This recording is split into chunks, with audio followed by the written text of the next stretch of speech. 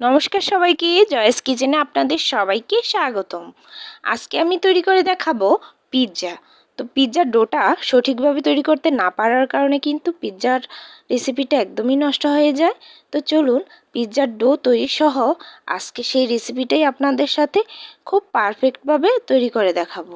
প্রথমত পিৎজার ডো তৈরির জন্য আমি এখানে একটা ছোট সাইজের বাটিতে হালকা কুসুম গরম জল নিয়ে নিয়েছি। আর এর মধ্যে আমি 1 চামচ পরিমাণ ইস্ট দিয়ে দিচ্ছি আর হাফ চামচ পরিমাণ ময়দার গুঁড়ো দিয়ে দিচ্ছি। তো এটা কিন্তু পারফেক্টলি একটা ডো তৈরির জন্য প্রথমে এই মিশ্রণটা খুবই জরুরি। তো প্রথমে এভাবে গুলিয়ে নেওয়ার পর এই দুটো মিশ্রণকে খুব ভালো করে গুলিয়ে নিতে হবে। আর তারপর আমি একটা মিক্সিং বোল নিয়েছি আর এর মধ্যে আমি 1 কাপ ময়দা দিয়ে দিলাম আর সামান্য পরিমাণে লবণ দিয়ে দিচ্ছি। এবার আমি শুকনো উপকরণগুলো একটা হ্যান্ড বিটারের সাহায্যে খুব ভালো করে মিক্স করে নিলাম। আর মিক্স করার পর আমি যেই গোলাটা তৈরি করে রেখেছিলাম ইস্টের, সেই গোলাটা আমি অল্প অল্প করে তারপর ময়দাটাকে খুব ভালো করে মাখিয়ে নেব। তো প্রথমে আমি এই কুসুম গরম এই মিশ্রণটা অল্প অল্প করে ঢেলে দিয়ে তারপর একটা নরম একটা ডো তৈরি করে নিচ্ছি।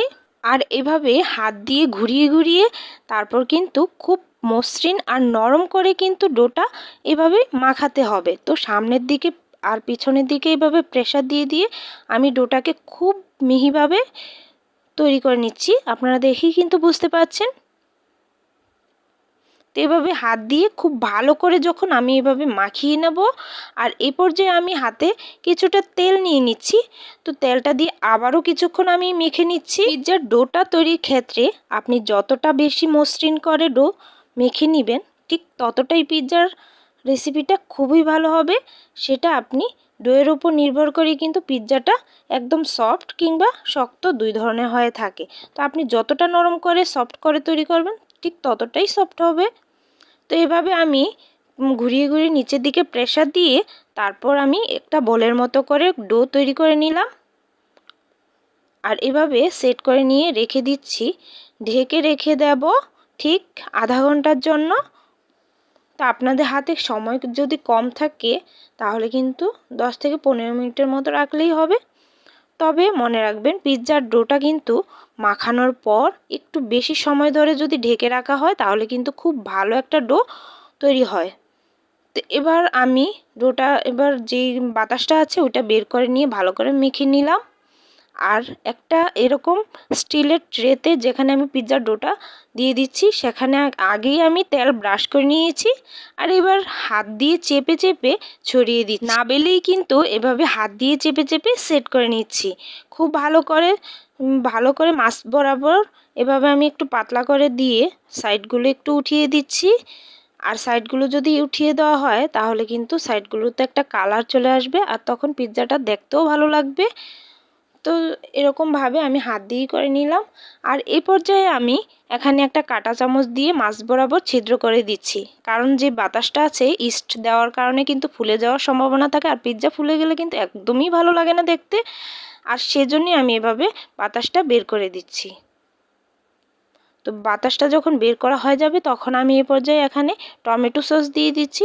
আপনারা চাইলে পিৎজা সস দিয়েও কিন্তু করে নিতে পারবেন। তো আমি যাদের পিৎজা সস না থাকবে তারা কিন্তু এই টমেটো সসটা দিয়ে খুব সহজেই করে নিতে পারবেন। আর এই পর্যায়ে আমি দিয়ে দিচ্ছি মজরেলা চিজ। আপনারা চাইলে এটা ঘরেও তৈরি করে নিতে পারবেন। আর এই পর্যায়ে আমি এখানে পছন্দ মতো সবজি অ্যাড করে দিচ্ছি। প্রথমত আমি এখানে গাজর দিয়ে দিলাম আর তারপর আমি দিয়ে দিচ্ছি পেঁয়াজ। তো পেঁয়াজটা আপনাদের পছন্দ অনুযায়ী শেপ করে দিতে পারবেন। আর এই পর্যায়ে আমি দিয়ে দিচ্ছি ক্যাপসিকাম কুচি।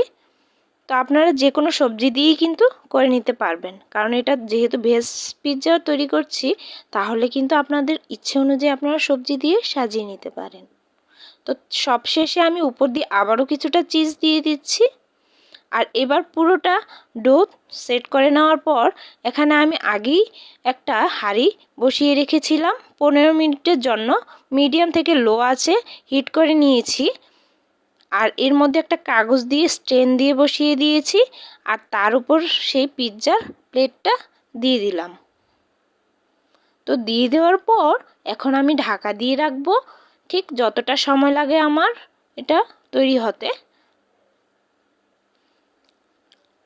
আমার কিন্তু পিৎজাটা তৈরি হতে ঠিক 30 মিনিট সময় লেগেছে।